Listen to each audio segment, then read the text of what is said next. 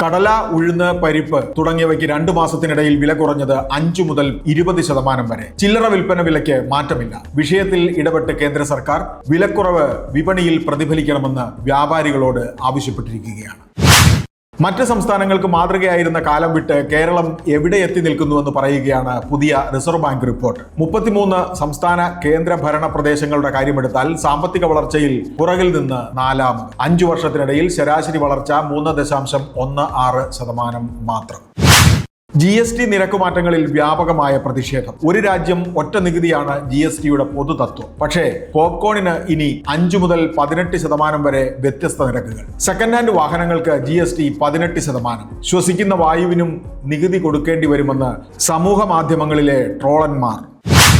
ആഴ്ചയിൽ 70 മണിക്കൂർ ജോലി സമയമെന്ന ഇൻഫോസിസ് സഹസ്ഥാപകൻ നാരായണമൂർത്തിയുടെ വാദത്തോട് വിയോജിച്ച് Dell Technologies CEO Michael Dell. Smart ആകട്ടെ ജോലി, കഠിനമാകരുത്. ഒരു ദിവസത്തെ ജോലിയുടെ മണിക്കൂറുകൾ നീളുന്തോറും സ്മാർട്ട്നെസ് പോകുമെന്നാണ് അദ്ദേഹത്തിന്റെ പക്ഷം.